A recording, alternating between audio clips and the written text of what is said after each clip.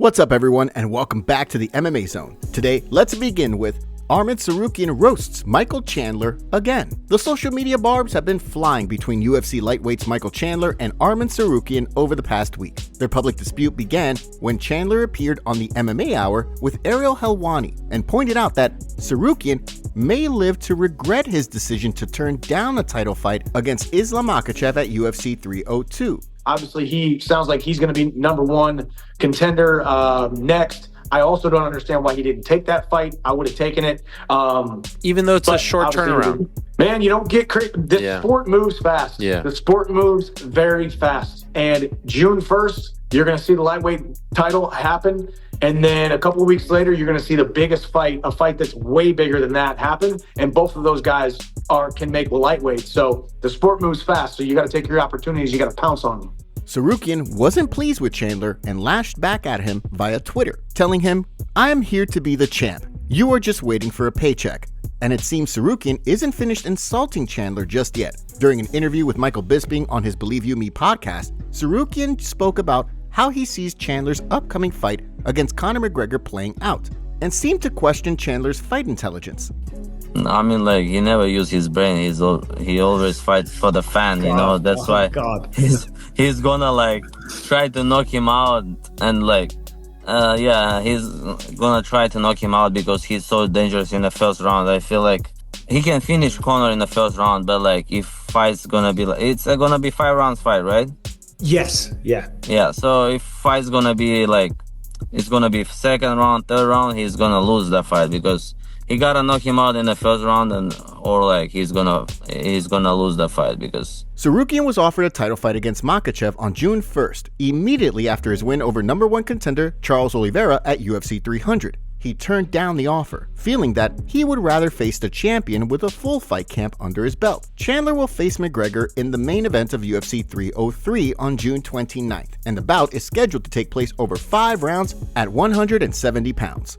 Next up, Jamahal Hill disrespects Alex Pereira's fighting skills. Just 2 weeks removed from his loss to Alex Pereira in the main event at UFC 300, Jamahal Hill already has his next fight booked. The former light heavyweight champion will face Khalil Roundtree Jr. at UFC 303 on June 29th. Sweet Dreams has stated he wanted to get right back in the thick of the action so that he can work his way back to a rematch with Pereira sooner rather than later. Although Pereira has yet to announce who he'll face next, many experts feel that if he decides to defend his 205-pound belt rather than test the waters at heavyweight, then Magomed Ankalaev is the next likely contender to the light heavyweight throne. Speaking on The Middle Easy this week, Hill says that he favors Ankalaev in a fight against Pereira. That's part of the reason why I wanted to come back so soon. Also, I didn't want Magomed to get a hold of him first. Magomed's stance is a problem for Pereira. Pereira doesn't fight well against southpaws, which is part of why you can kind of like that whole sequence is pointed to. He doesn't take the angle, and he doesn't fight against southpaws very well. Magomed's a southpaw, and Magomed also can come with a very grapple heavy approach, as well as he picks decent shots, and he is capable on the feet. I'd probably favor Magomed in that fight. Hill's quick turnaround after being finished by Pereira has raised quite a few eyebrows, but he insists he wasn't badly hurt by Poatan. I wasn't knocked out. I wasn't knocked out, you know what I mean? And then I went down, I was defending, and then I got hit with another with some good follow-up shots, and it kind of knocked my equilibrium off. I was not unconscious at no point. Fans on social media pointed out the irony in Hill's words. One tweeted a picture of Hill unconscious on the canvas with Pereira standing over him with the caption, "Alex doesn't fight well against southpaws." Another tweeted, "I honestly don't understand how this guy is still trying to talk about Alex. Your run was subpar. Actually, you had no run. You got knocked out and are sitting here talking about the man that took your head off like he's gonna lose." Also this week, Max Holloway reveals UFC plan to Joe Rogan. Max Holloway's breathtaking victory over Justin Gaethje in the BMF title fight at UFC 300 has not only embedded him in the UFC history books as the owner of one of the greatest knockouts of all time, it's also landed him in an envious position as he's now overloaded with enticing options when it comes to choosing his next bout. Blessed ruled the featherweight division for over 2.5 years after winning the title from Jose Aldo back in 2016. Since losing the belt to Alexander Volkanovski and subsequently losing 2 rematches, Holloway has taken out a number of up-and-coming prospects in the division to hold on to the number 1 contender spot. Now that the title has changed hands, it seems that Holloway is the logical next man in line to face new champion Ilia Topuria. However, given that the win over Gaethje took place at 155 pounds, many observers feel that Holloway has plenty of options for exciting matchups in that division too. Although the next title fight is already lined up between Islam Makhachev and Dustin Poirier, there are plenty of big name options for the Hawaiian to fight if he decides to stay at lightweight. Speaking on the Joe Rogan Experience this week, Holloway outlined his vision of how he sees his next few fights playing out. In a perfect world to me would be fight Ilia, 45 title, get my hand raised, and whoever's the next guy up at 55, fight them, try and go for double champ status, whatever it is, or even treat belts, like 45, the BMF, and then put the BMF and the 55 against whoever at 55, and that'd be surreal, I think that would be crazy. Well, there's crazy another steps. option too if they really do this Conor 165 title. There's an option of you being a 3 champ. That'd be insane. If they did the 165, it'd be fun. It would be fun. You wouldn't have to cut any weight. Oh no. You could eat sushi every day. No, I would eat sushi weigh-in day. That's how I would eat on the scale.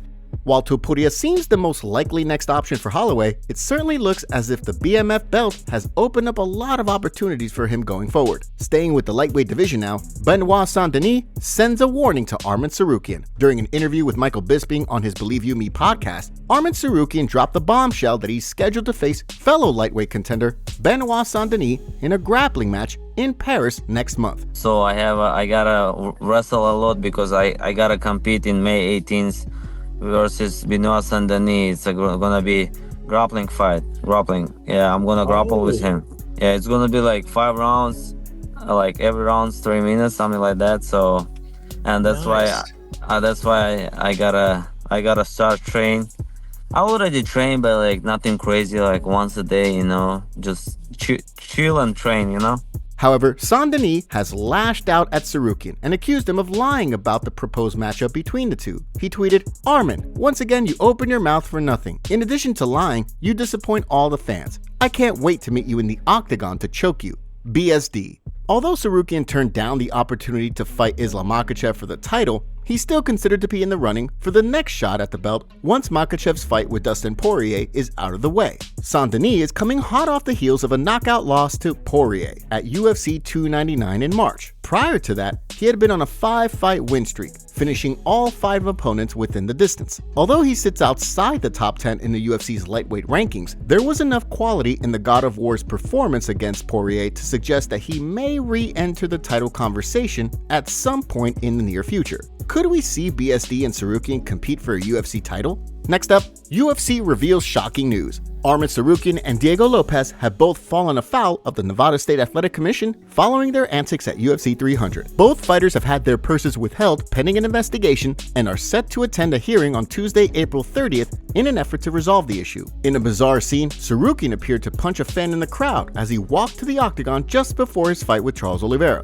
The NSAC also took issue with Lopez jumping the cage after his victory over Sodiq Yusuff on a prelim card. Lopez appeared to ask and receive permission from UFC President Dana White before doing so, but the practice has been banned in the state of Nevada since the infamous fight between Conor McGregor and Khabib Nurmagomedov back in 2018. Fans and observers lashed back at the NSAC in the wake of this news. The fan already admitted it was his fault. Arman is innocent. Withholding of purse, bunch of crooks. NSAC doing everything but having hearings for judges. LMAO. And finally today, UFC Fight Updates. The UFC has this week announced a host of upcoming bouts. First up, James Yontop will step in to replace the injured Gabe Green and fight Chris Padilla at UFC Vegas 91 on April 27th. The Peruvian lightweight will be making his UFC debut after picking up an impressive win over Malik Lewis on Dana White's Contender Series last September. Padilla will also be making his first appearance in the octagon. In the middleweight division, number 4 ranked Jared Cannonier will fight 8 ranked Nasruddin Imavov at UFC Louisville in Kentucky on June 8th. Former title challenger Cannonier has won 4 of his last 5, picking up wins over Kelvin Gastelum, Derek Brunson, Sean Strickland, and Marvin Vettori, either side of his title fight defeat to Israel Adesanya. Imavov has also been on an impressive run at 185 pounds, and last competed in February,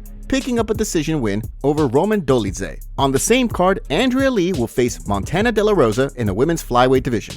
Lee is on a 4-fight skid and is surely fighting for her UFC career when she faces De La Rosa, who's also finding the going tough lately, having lost her last 3. At UFC 303 during International Fight Week, Mayra Bueno Silva will face Macy Chiasson. Bueno Silva recently competed for bantamweight gold at UFC 297 in January, but a lackluster defeat to Raquel Pennington has pushed her back down the pecking order. Chiasson has won 2 of her last 3 and picked up a first-round submission victory over Pani Kianzad in March. Moving now to the bantamweight title picture, Sean O'Malley reveals bad news. MMA fans have been eagerly awaiting the official announcement of Sean O'Malley's next bantamweight title defense. Sugar put on a sensational display over 5 rounds against Marlon Vera at UFC 299 in March, and immediately called for a super fight with new 145-pound champion Ilia Topuria in his post-fight interview. With Topuria seemingly preoccupied with Max Holloway at the moment, it seems the logical next step for O'Malley will be to fight the #1 contender at 135 pounds, Merab Dvalishvili. By all accounts, all parties have agreed to the fight, but O'Malley explained on his Timbo Sugar podcast that he's waiting on the right pay-per-view card,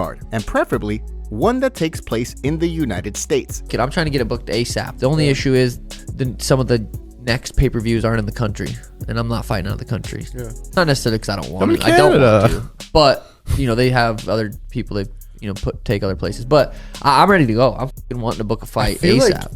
O'Malley has vowed to show Merab something in the octagon that he's never seen before. It's like, that's what I need to make him feel like, okay, it's not that fun. I'm getting fucking punched at a distance that I can't really close. This isn't fun. Henry's fight was fun because Henry, he did crack him once, but he was able to just grab him, take him down, punch him. I need to make it not fun, not enjoyable to be in there. Since losing his opening 2 fights in the UFC, Dvalishvili has gone on a 10-fight winning streak in the bantamweight division. He's beaten 3 former champions in his last 3 fights, Jose Aldo, Peter Yan, and Henry Cejudo, to put himself in prime position for the next shot at O'Malley's belt. O'Malley's run inside the octagon has been similarly impressive. He took out Peter Yan back in 2022 to earn a title shot before knocking out Aljamain Sterling to claim the title. He then avenged the only defeat on his professional record when he dominated Vera in his last bout.